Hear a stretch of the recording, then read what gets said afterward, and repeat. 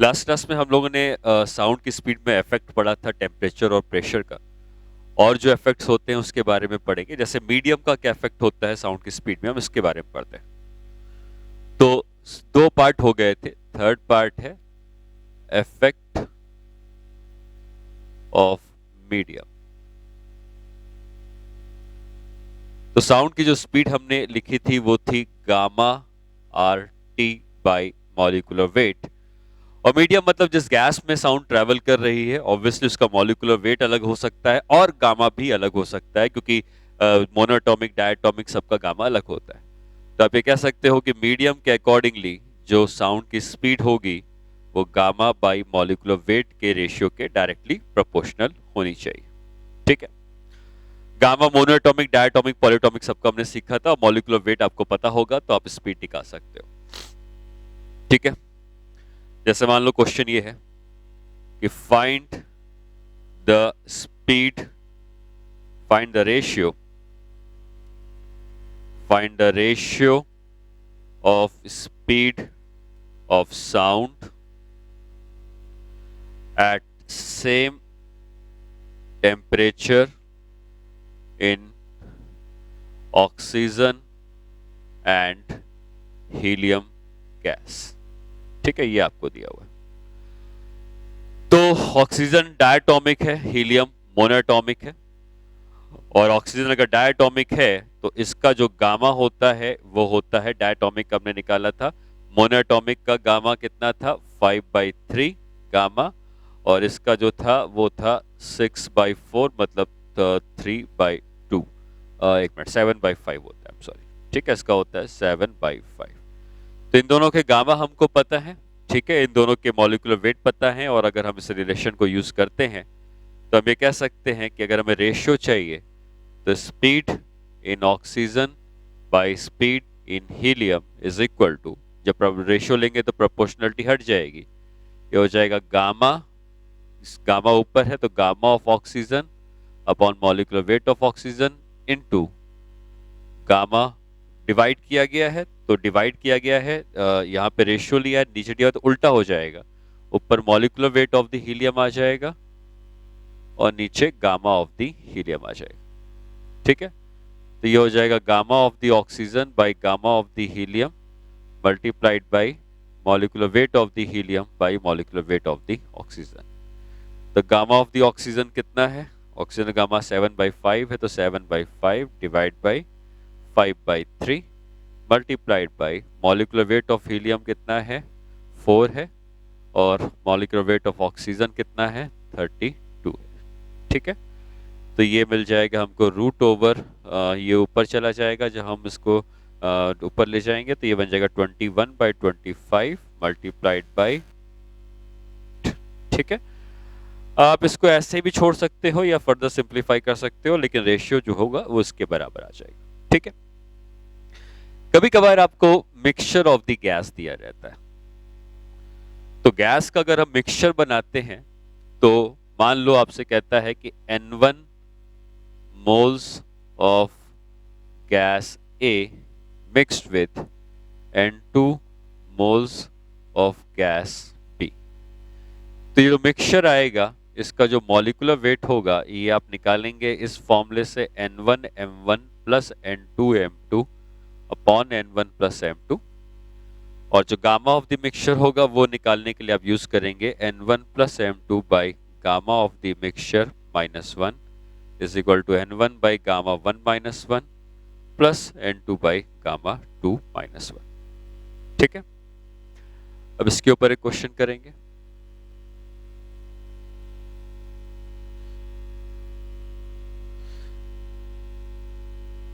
Find the speed of sound in the mixture of 1 mole of O2 and 2 moles of H2।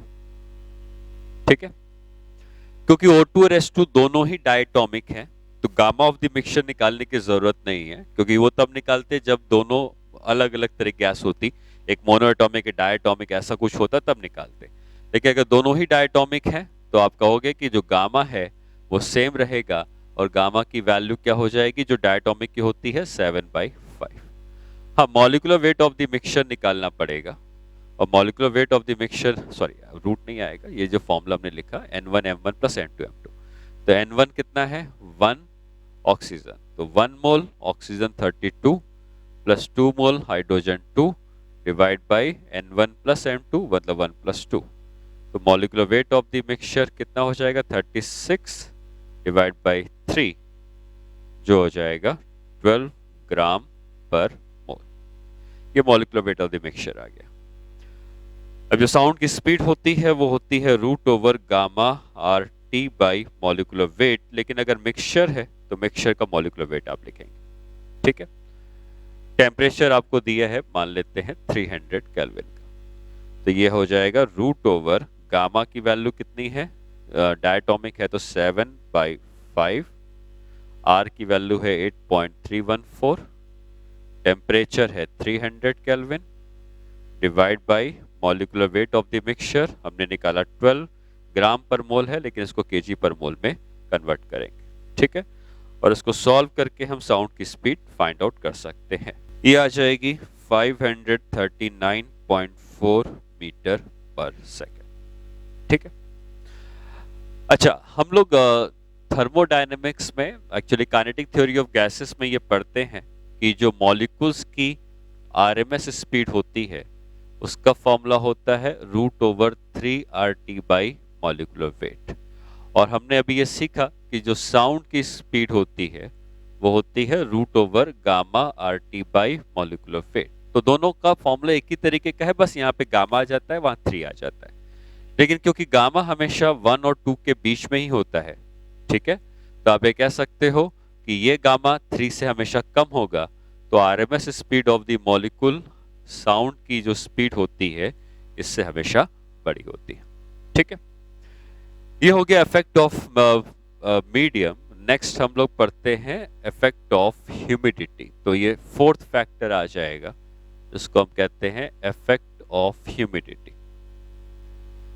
Humidity का मतलब क्या होता है कि जब एयर में वाटर के मॉलिक्यूल्स आ जाते हैं तो उसको हम कहते हैं कि एयर ह्यूमिड हो गई, मॉइस्चर आ गया।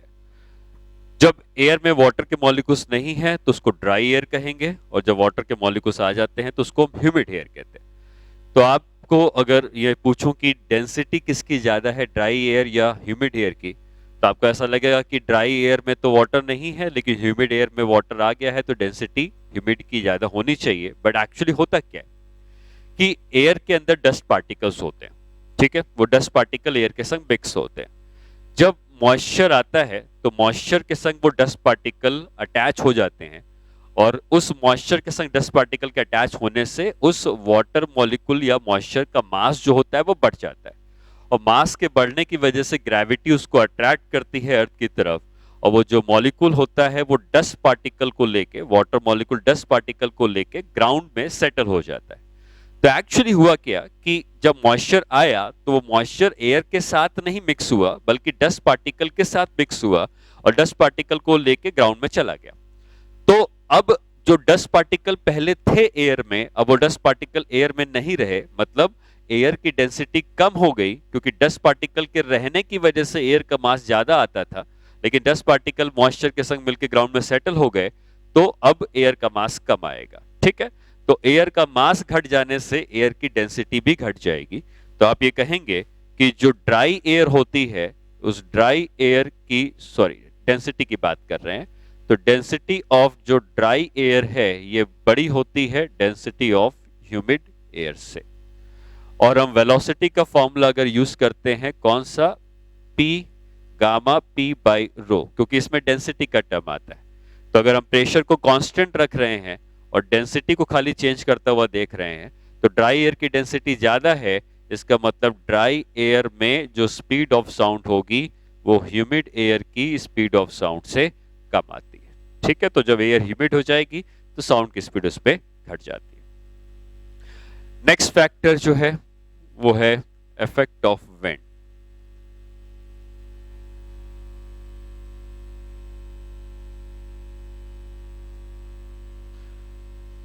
विंड के चलने की वजह से साउंड की स्पीड में फर्क पड़ता है। जैसे मान लेते हैं कि यहाँ पे कोई सोर्स ऑफ साउंड है और इस सोर्स ऑफ साउंड से साउंड हर डायरेक्शन में ट्रेवल करके जा रहा है। यहाँ पे ऑब्जर्वर 1 है, साउंड v की स्पीड से पहुंचा। ऑब्जर्वर 2 है, साउंड v की स्पीड से आया। Observer 3 same speed, observer 4 same speed. ऐसा तब जब विंड नहीं चल रही है, ठीक है, इस केस में नो विंड। लेकिन अगर विंड भी ब्लो करने लगेगी तो फिर स्पीड में कैसे चेंज आएगा? तो मान लेते हैं कि जो विंड है वो विंड कहीं इस डायरेक्शन में ट्रैवल कर रही है w की स्पीड से at an angle of theta. तो विंड की स्पीड अगर w है तो हम इस w के दो कंपोनेंट ले सकते हैं, एक w cos थीटा आ जाएगा और एक w sin थीटा आ जाएगा। ठीक है, ये विंड की स्पीड के दो कंपोनेंट हो गए। w is the speed of wind.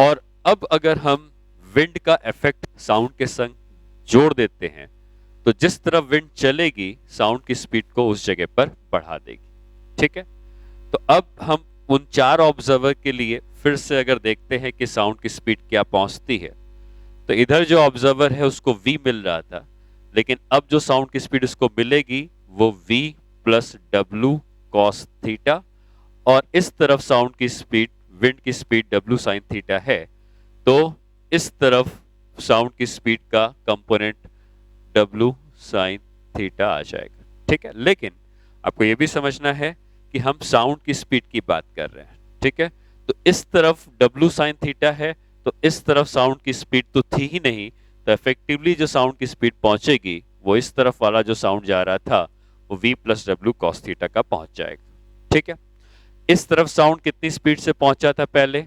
v की स्पीड से। और इस तरफ विंड की स्पीड कितनी है? w sine theta. तो इस तरफ जो साउंड की टोटल स्पीड होगी वो v plus W sine theta. ठीक है, सिमिलरली इस तरफ साउंड की स्पीड v थी और विंड उल्टी चल रही है, तो यहाँ पे साउंड की स्पीड घट जाएगी और ये हो जाएगी v minus W sine theta. और डाउनवर्ड डायरेक्शन की बात करते हैं, ठीक है, cos theta, I am sorry, क्योंकि इधर डब्ल्यू कॉस थीटा है तो ये घटाना पड़ेगा। और डाउनवर्ड डायरेक्शन में v स्पीड ऑफ साउंड थी, ऊपर डायरेक्शन में विंड w साइन थीटा से जा रही है, तो इफेक्टिव जो स्पीड आएगी वो v minus W sine theta की हो जाएगी। तो आप स्पीड ऑफ साउंड के कंपोनेंट्स लेकर साउंड की स्पीड के साथ जो विंड का कंपोनेंट जुड़ रहा है उसको ऐड कर देंगे और जो घट रहा है उसको सब्ट्रैक्ट कर देंगे।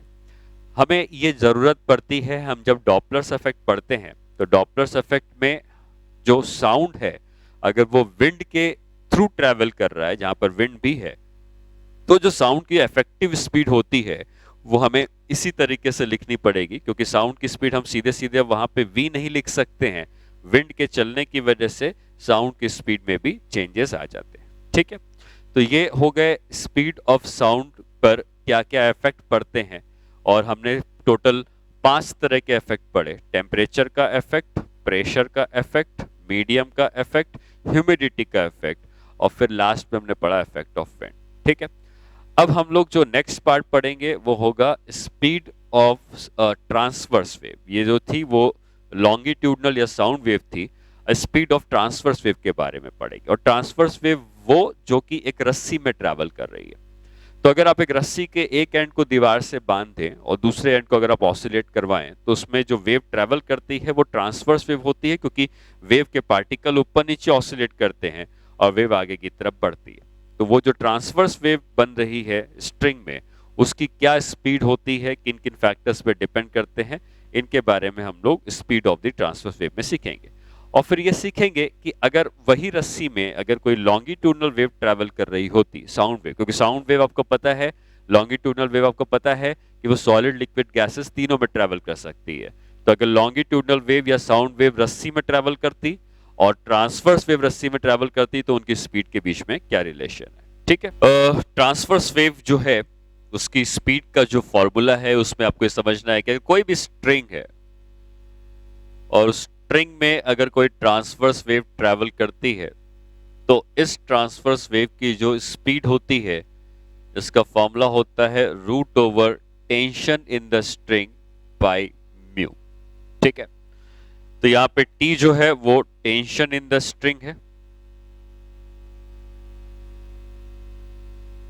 और जो म्यू है ये है इस स्ट्रिंग का मास per unit length.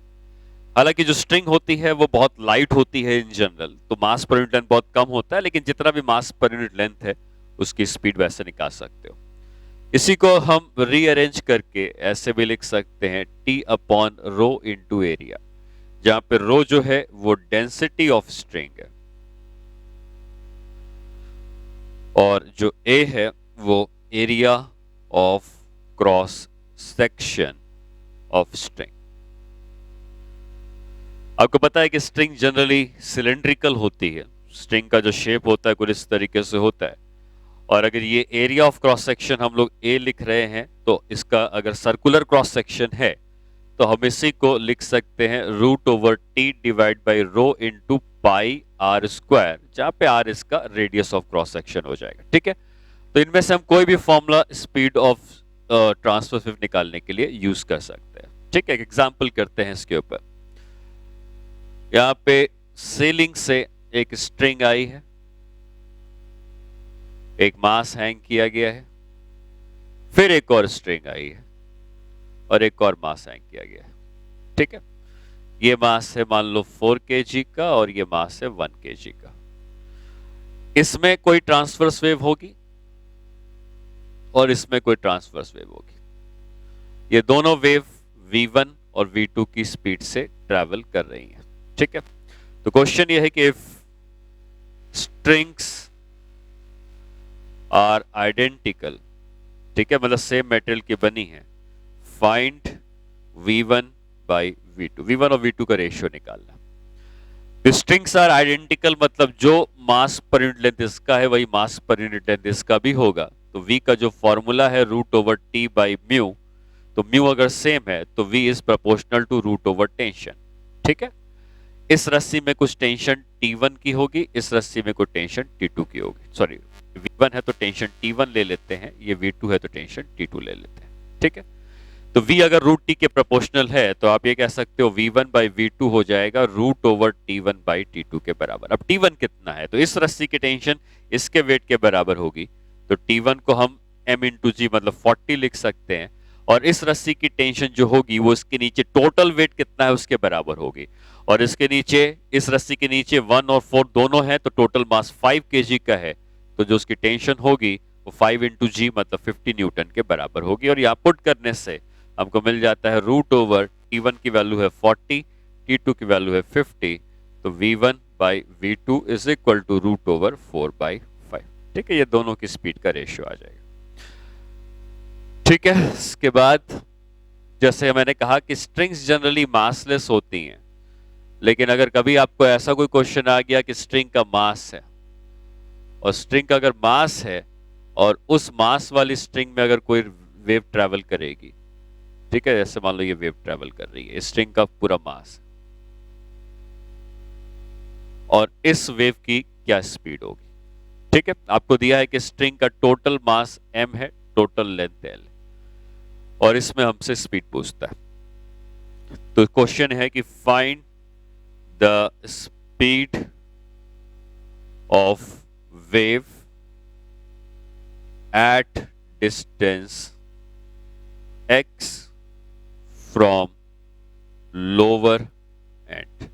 Lower end of the string से x की दूरी पर अगर हम जाते हैं तो यहां पर क्या स्पीड होगी। तो इसके लिए आपको टेंशन चाहिए होगी, क्योंकि स्पीड का फॉर्मूला है root over T by mu, और म्यू कितना है, अगर रस्सी का टोटल मास m है, टोटल लेंथ l है, तो उसका म्यू m बाई l हो जाएगा। अब हमें यहाँ पे टेंशन पता करनी है जो हम न्यूटन लॉज ऑफ मोशन में पता करते थे।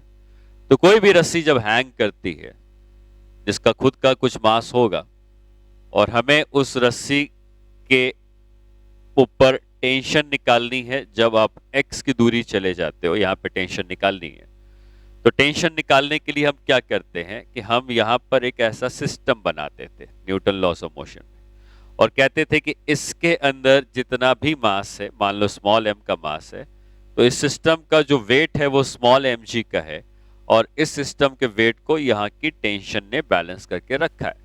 तो उस जगह की जो टेंशन है वो इसके इस पे पोर्शन के वेट के बराबर होगी, तो हम t को लिखते हैं m इंटू जी। अब m कैसे निकालते हैं? तो हम m निकालते हैं कि रस्सी का टोटल मास कैपिटल M है, टोटल लेंथ कैपिटल L है, तो total mass by total length is equal to इतने पोर्शन का मास अपॉन इतने पोर्शन की length. Total mass upon total length, इतना मास इतना लेंथ, तो स्मॉल m की वैल्यू हो जाएगी capital M by L into x के बराबर। ठीक है, और ये वैल्यू अगर मैं यहाँ पे पुट कर दूं तो टेंशन हो जाएगी m by L into X into G. ठीक, अब स्पीड ऑफ ट्रांसवर्स वेव का फॉर्मूला है root over T by mu. तो t कितना आ गया है? t आ गया है m by L into X into G divide by mu कितना था? म्यू की वैल्यू भी m बाई एल के ही बराबर है, तो ये कैंसिल हो जाएगा और स्पीड जो होगी वो रूट ओवर जी इंटू एक्स हो जाएगी।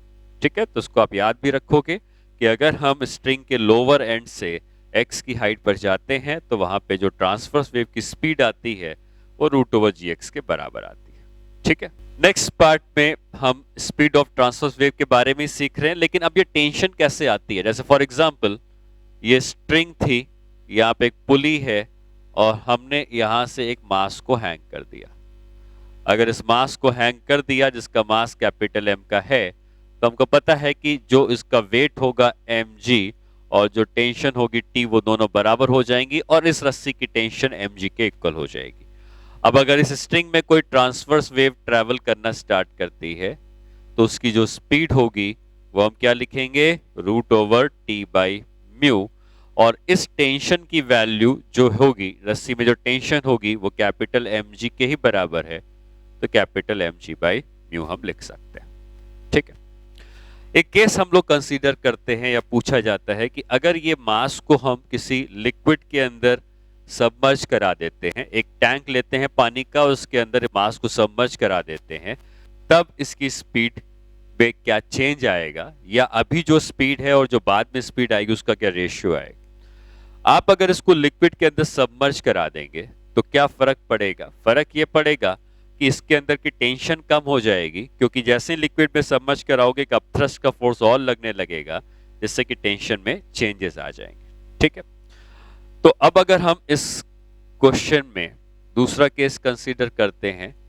जहां पर हम स्पीड कैलकुलेट कर रहे हैं, उस केस में जहां पे ये जो मास है ये किसी लिक्विड वाले कंटेनर में सबमर्ज हो गया, और अगर ऐसा हो गया है तो अब इसके ऊपर जो फोर्सेस लगेंगे वो टेंशन टी डैश बदल जाएगी, अब थ्रस्ट भी लगने लगेगा। हाँ, इसका जो वेट है वो mg है तो mg रहेगा। ठीक है, तो अब अगर इसकी इक्वेशन में लिखता हूं, स्पीड मान लो v डैश हो गई, तो अब मैं इक्वेशन लिखता हूं तो फोर्स प्लस टी डैश दोनों ऊपर जो है ये वेट के बराबर होंगे। ठीक है, या जो टी डैश की वैल्यू होगी ये mg माइनस f के इक्वल हो जाएगी। अब यहां पे आप इस बात को समझें कि अब थ्रस्ट लगता कितना है, तो अब थ्रस्ट की वैल्यू होती है डेंसिटी ऑफ लिक्विड, तो ये लिक्विड की डेंसिटी मान लो रो है, सॉलिड की डेंसिटी मान लो सिग्मा है। ठीक है, और इसका जो वॉल्यूम है वो v का है। तो क्या हम मास को लिख सकते हैं? मास किसका है? सॉलिड का है, तो सॉलिड का मास लिख सकते हैं सॉलिड की डेंसिटी सिग्मा इंटू सॉलिड का वॉल्यूम v इंटू जी, और अब थ्रस्ट का फॉर्मूला क्या है? Density of liquid into volume of solid into G, ये टी डैश हो जाएगा। ठीक है, इसके पहले जो हमने टेंशन निकाली थी जब ये लिक्विड के अंदर सबमर्ज नहीं था, तब जो टेंशन हमने निकाली थी उसकी वैल्यू जो हमें मिली थी वो सिर्फ mg के बराबर थी। ठीक है, और अब मैं अगर आपसे स्पीड पूछूं कि नई स्पीड क्या हो गई है, तो नई स्पीड आप लिखेंगे v dash is equal to T dash by mu. ठीक है, टी डैश की वैल्यू आपको पता है, और जब ये लिक्विड में सबमर्ज नहीं था तो स्पीड का क्या फॉर्मूला था? Root over T by mu के बराबर। ठीक है, तो ये पहले स्पीड थी जब लिक्विड में सबमर्ज नहीं था, ये बाद की स्पीड है जब लिक्विड में सबमर्ज हो गया। टेंशन टी से बदल के टी डैश हो गई, टी डैश की वैल्यू इसके बराबर है, और टी की वैल्यू कितनी थी? हमको पता है कि अगर ये लिक्विड में सबमर्ज नहीं था तब ये अब थ्रस्ट नहीं लगता, तो टेंशन mg के बराबर होती, जैसा हमने अभी सीखा। और मास ऑफ द सॉलिड को क्या लिख सकते हैं? Density of solid into volume of solid into G, ये पहले की टेंशन होगी। ठीक, हमें कैलकुलेट करना है कि final speed upon initial speed, मतलब लिक्विड में सबमर्ज करने के बाद की स्पीड डिवाइड बाय लिक्विड को सबमर्ज करने के पहले की स्पीड। तो v डैश बाई वी की वैल्यू अगर निकालेंगे तो आपको पता है कि म्यू दोनों केस में सेम है, तो v डैश बाई वी की वैल्यू हो जाएगी root over final tension upon initial tension. ठीक है, और final tension upon initial tension को अगर हम पुट करते हैं तो फाइनल टेंशन लिक्विड के अंदर जब आता है तो sigma we ji minus rho we ji divide by initial tension जब लिक्विड नहीं था तो सिग्मा वी जी। तो यहाँ पे v और g कैंसिल हो जाएगा, final speed upon initial speed. ये ध्यान रखना ये वॉल्यूम है यहाँ पर जो लिखा है और ये वेलोसिटी है जो पहले और बाद में हम निकाल रहे हैं। ठीक है, तो v डैश बाई वी की वैल्यू क्या हो जाएगी, ये हो जाएगी sigma minus rho by sigma. ये फाइनल रिलेशन या फॉर्मूला आप याद रखोगे। v डैश जो है वो speed when submerge in water हो जाएगी या लिक्विड, v जो है speed when not submerge in water थी।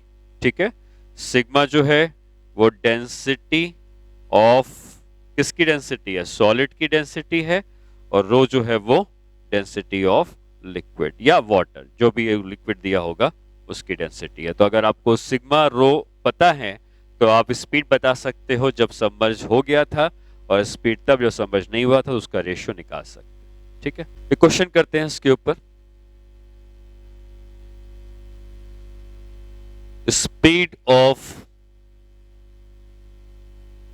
transverse wave in string is 300 meter per second when block is not submerged in liquid.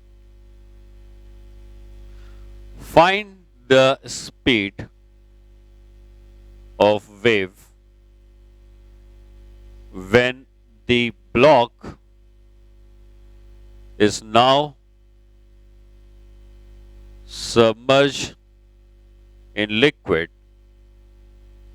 ठीक है, आपको दिया है density of solid is 9/5 times density of liquid. ठीक है, ये आपसे पूछा गया। तो डेंसिटी ऑफ सॉलिड सिग्मा है जो 9/5 टाइम्स डेंसिटी ऑफ लिक्विड रो के बराबर है, और हमको v डैश अपॉन v का जो फॉर्मूला है वो होता है sigma minus rho by sigma. हमको क्या दिया हुआ है, हमको ये बताया हुआ है कि पहले उसकी स्पीड 300 मीटर पर सेकंड के बराबर थी जब सबमर्ज नहीं किया गया था। सबमर्ज करने के बाद स्पीड क्या होगी तो सिग्मा की जगह आप पुट कर देंगे 9/5 रो माइनस रो बाई 9/5 रो। ठीक है, तो ये कितना आ जाएगा, 9/5 माइनस 1 इज 4/5, और ये हो जाएगा root over 4/5, 4/9 I am sorry. ठीक है, 4/9 जो हो जाएगा 2/3। इसका मतलब v डैश की वैल्यू हो जाएगी 200 मीटर पर सेकेंड। तो हम जब उसको लिक्विड में सबमर्ज कर देते हैं तो स्पीड घटकर 200 मीटर पर सेकेंड के बराबर हो जाती है। ठीक है, नेक्स्ट हम लोग एक बात और पढ़ लेते हैं इसमें, वो है कि relation between speed of transverse wave and longitudinal wave in string। ठीक है, क्वेश्चन नहीं है, एक्चुअली हेडिंग है, ये रिलेशन हमको निकालना। तो हमको क्या पता है कि जो ट्रांसवर्स वेव है, मान लो ये स्ट्रिंग है, ठीक है, इसका क्रॉस सेक्शन एरिया ए का है और इसके अंदर टेंशन टी की है। तो हमने ये सीखा है कि जिसके अंदर जो स्पीड होती है उसका फॉर्मूला टी बाई रो ए भी हमने सीखा था, टी बाई म्यू भी सीखा था, टी बाई रो ए भी सीखा था। अब टी है टेंशन और ए है एरिया, और फोर्स अपॉन एरिया स्ट्रेस होता है। तो आप इसको लिख सकते हो root over stress divided by density. ठीक, अब स्ट्रेस को हम स्ट्रेन में चेंज कर सकते हैं, क्योंकि आपको पता है कि यंग्स मॉडुलस होता है स्ट्रेस बाय स्ट्रेन। तो हम यहां पे स्ट्रेस की जगह यंग्स मॉडुलस इनटू स्ट्रेन लिख देंगे, डिवाइड बाय डेंसिटी। अब ये जो यंग्स मॉडुलस अपॉन डेंसिटी है, ये है साउंड की स्पीड या लॉन्गिट्यूडनल वेव की स्पीड किसी सॉलिड मटेरियल में, और स्ट्रिंग एक सॉलिड मटेरियल है। तो ये जो पार्ट आ रहा है, ये रूट ओवर वाई बाय रो जो आएगा, ये बन जाएगा स्पीड ऑफ लॉन्गिट्यूडनल वेव। ठीक है, ये स्पीड ऑफ ट्रांसवर्स वेव है। Speed of longitudinal wave root over Y by rho, और साथ में क्या बचेगा, स्ट्रेन। ठीक है, तो आप ये कह सकते हो कि ट्रांसवर्स वेव जो होती है वो लॉन्गिट्यूडनल वेव में स्ट्रेन मल्टीप्लाई करके आ जाती है। अब इन दोनों में ज्यादा कौन होगा? तो आपको ये पता है कि जो स्ट्रेन होता है वो होता है delta L upon L. Obviously delta L बहुत छोटा होता है, एल बड़ा होता है, तो डेल्टा एल के छोटा होने से स्ट्रेन बहुत छोटा होता है, और स्ट्रेन बहुत छोटा होता है तो ट्रांसवर्स वेव की जो स्पीड होती है ये लॉन्गिट्यूडनल वेव की स्पीड से हमेशा कम होती है। ठीक है, तो लॉन्गिट्यूडनल वेव ज्यादा स्पीड से ट्रैवल करती है किसी भी सॉलिड मटेरियल में या स्ट्रिंग में, और ट्रांसवर्स वेव की जो स्पीड आएगी वो इसके कम आएगी। स्ट्रेन निकालना हम लोग इलास्टिसिटी में सीखते ही हैं। ठीक है, change in length upon original length अगर आपको पता है तो आप ट्रांसवर्स वेव की स्पीड पता है तो लॉन्गिट्यूडनल निकाल लोगे, लॉन्गिट्यूडनल पता है तो ट्रांसवर्स निकाल लोगे। ठीक है, अच्छा, इसके बाद हम लोग जो है, हाँ, हम लोगों ने स्पीड ऑफ साउंड और स्पीड ऑफ लॉन्गिट्यूडनल वेव और फिर स्पीड ऑफ ट्रांसवर्स वेव, इनके बारे में पढ़ा। जो नेक्स्ट क्लास होगी उसमें हम लोग अब वेव का सुपरपोजिशन सीखेंगे या इंटरफेरेंस सीखेंगे। इंटरफेरेंस या सुपरपोजिशन का मतलब जब एक ही साथ एक ही मीडियम में एक से ज्यादा वेव ट्रैवल करेंगी तो वो जब आपस में एक दूसरे से टकराएंगी तो एक नई वेव का फॉर्मेशन होगा, और वो जो नई वेव बनेगी उसका क्या एम्पलीट्यूड होगा, किस तरीके से दिखेगी, ये सारी चीजें हम लोग नेक्स्ट क्लास में सीखते हैं। ठीक है।